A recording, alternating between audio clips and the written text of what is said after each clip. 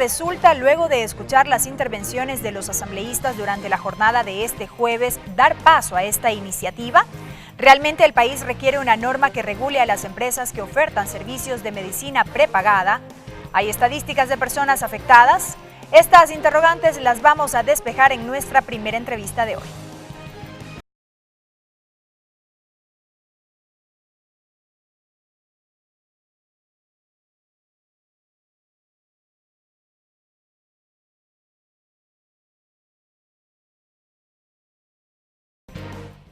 Asambleísta Fierro, bienvenido a la televisión legislativa. Qué gusto que nos acompañe.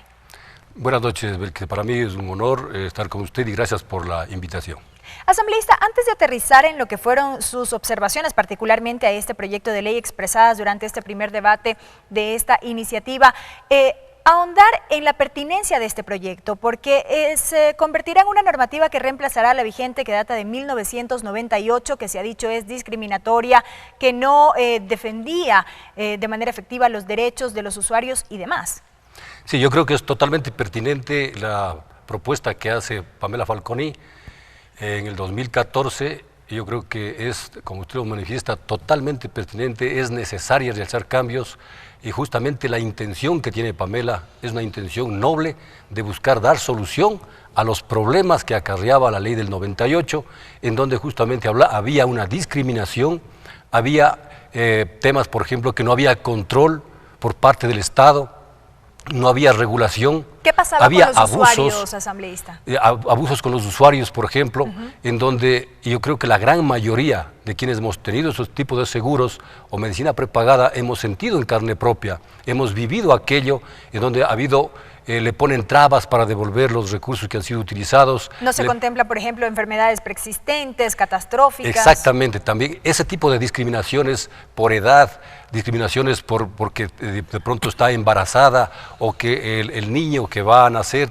tiene algún problema congénito, etcétera. Esas cosas no se estaban cubriendo y en los contratos de prestación que se hacían habían letras chiquitas a través de las cuales, por ejemplo, la gente ni siquiera se preocupa ni revisa, pero que estaban ahí las trampas.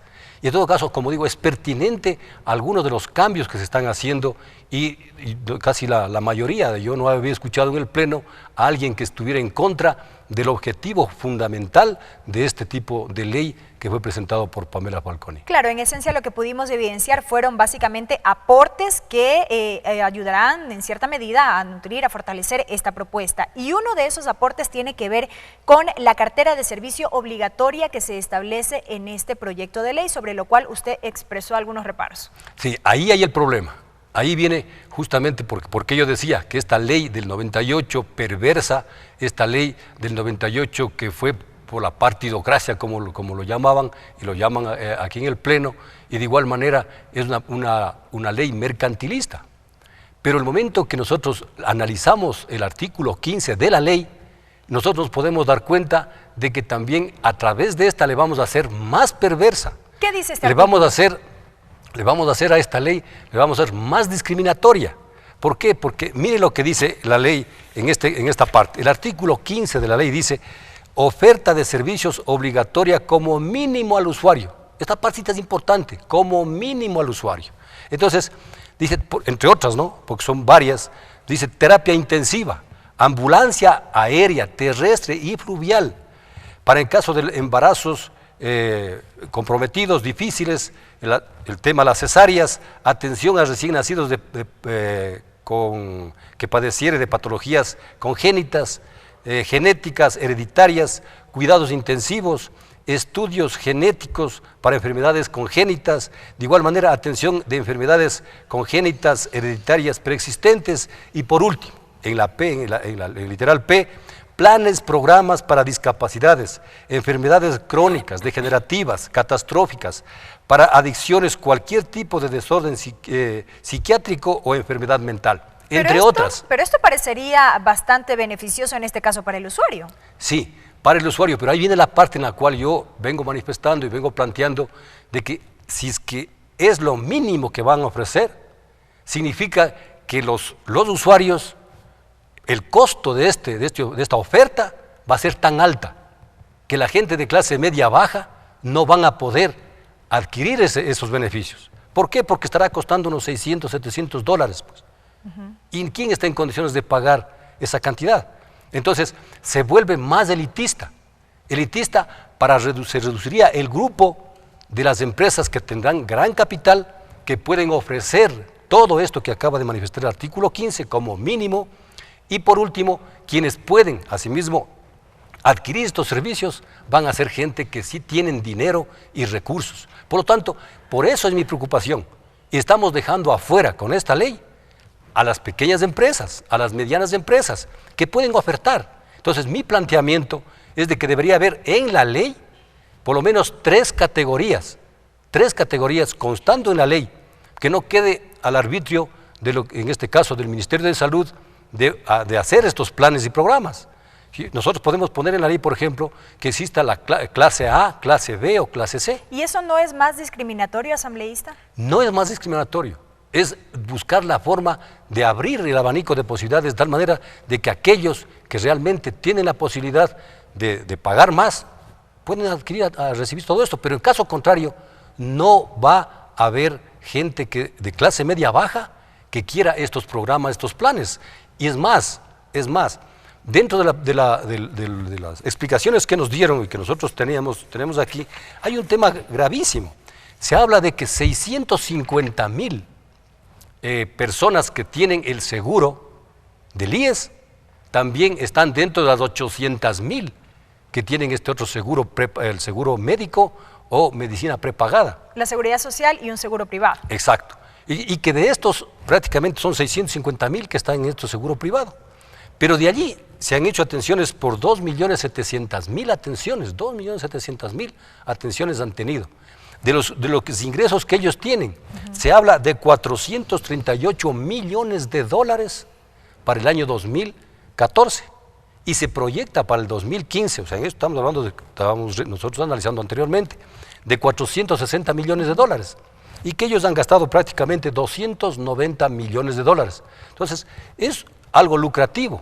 Entonces, a donde voy yo, y mi planteamiento es, el objetivo que se presenta y que se plantea es un objetivo noble, es un objetivo real, es auténtico, que se necesita hacer los cambios, actualizarle a la Constitución del 2008, y lo que me preocupa es esta discriminación que crecería, que aumentaría, porque repito, le haríamos una ley más elitista, una ley más discriminatoria, y esa es la parte vital que a mí me preocupa. Pero sobre esta preocupación por usted expresada, asambleísta, hubo al menos dos planteamientos. El presidente de la Comisión de Salud y ponente del informe, el asambleísta William Garzón, manifestaba que en todo caso, estas empresas podrían estructurar una suerte de programas, ponerlos a disposición de los ciudadanos y que los ciudadanos entonces escojan el que mejor se adapte a sus necesidades y también a su economía. Y de otro lado, la asambleísta Blanca Argüello, integrante de la Comisión de Salud, manifestaba que en el caso de que las empresas no puedan ofertar todos estos servicios conforme lo establece el proyecto, puedan fusionarse para de esta manera entonces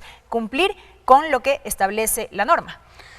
Podría darse eso, pero son barreras que le estamos poniendo al pequeño y al mediano empresario. Le estamos poniendo barreras a esta gente que cuando nosotros aquí en el Pleno nos llenamos la boca y decimos de que tenemos que democratizar la economía, no le estamos dando facilidad a aquellos pequeños empresarios, a los medianos empresarios. Y a propósito que usted menciona esto, asambleísta, ¿también tiene reparos en lo que tiene que ver con el monto para la constitución de este tipo de empresas? También hay un tema allí. El tema, por ejemplo, dentro de los que vinieron a exponer aquello de las empresas privadas, el delegado decía que 2 millones de dólares se ponía como capital mínimo. Entonces, eso significa que, imagínese usted tiene un laboratorio, se reúne con un médico, se junta con otros tipos de médicos de diferentes especialidades y quiere ofertar este tipo de seguridad, de seguros médicos o de medicina prepagada, pero no alcanza a cubrir el 1,5 millones que está puesto en la ley. Significa que tendrán que buscar, por ejemplo, quién se une para la ambulancia aérea, para la ambulancia terrestre, etcétera, y para cubrir, por ejemplo, algo que es carísimo, son los cuidados intensivos. Entonces, como repito, yo considero de que estaríamos en este caso yéndonos en contra de esa democratización de la economía, y tenemos que buscar caminos para llegar hacia allá, y la solución de los problemas por que nace esta ley se están corrigiendo. Pero con este artículo, del artículo 15 de la ley, estamos echando al traste todo lo que hemos venido haciendo. Muy brevemente, asambleísta, porque se nos termina el tiempo, ¿qué le parece a usted o qué opinión le merece esta propuesta de que se creen defensores de los usuarios en esta materia de medicina prepagada? Yo creo que es positivo, es necesario, porque esa es una de las falencias que ha existido. Cuando alguien hacía algún reclamo, prácticamente era ante la misma compañía, ante la misma empresa, y por lo tanto que quedaba en el terminaba aire. siendo juez y parte. Exacto, y eso no puede ser, tiene que haber los canales normales para poder hacer los reclamos respectivos, y en eso estamos totalmente de acuerdo. Bueno, todas estas propuestas que deberán ser analizadas ya por la Comisión de Salud, previo a lo que será la aprobación del informe para el segundo debate. Sí, felizmente estamos en el primer debate, hay no? mucho por recorrer, y busquemos la forma de dar una solución de tal manera de que todos los beneficiarios de este tipo de programas tengan esa gran satisfacción de poder seguir aportando, seguir pagando para poder recibir esos beneficios en cuanto a la salud, que es tan delicado en el país. Y estaremos atentos al tratamiento de esta propuesta. Gracias por Muchísimas habernos gracias. acompañado. Gracias a usted, El gracias, asambleísta Paco Fierro, asambleísta por el Partido Sociedad Patriótica, con su visión en torno al proyecto de ley que tiene que ver con los seguros médicos y la medicina prepagada, que durante la presente jornada superó ya el primer debate.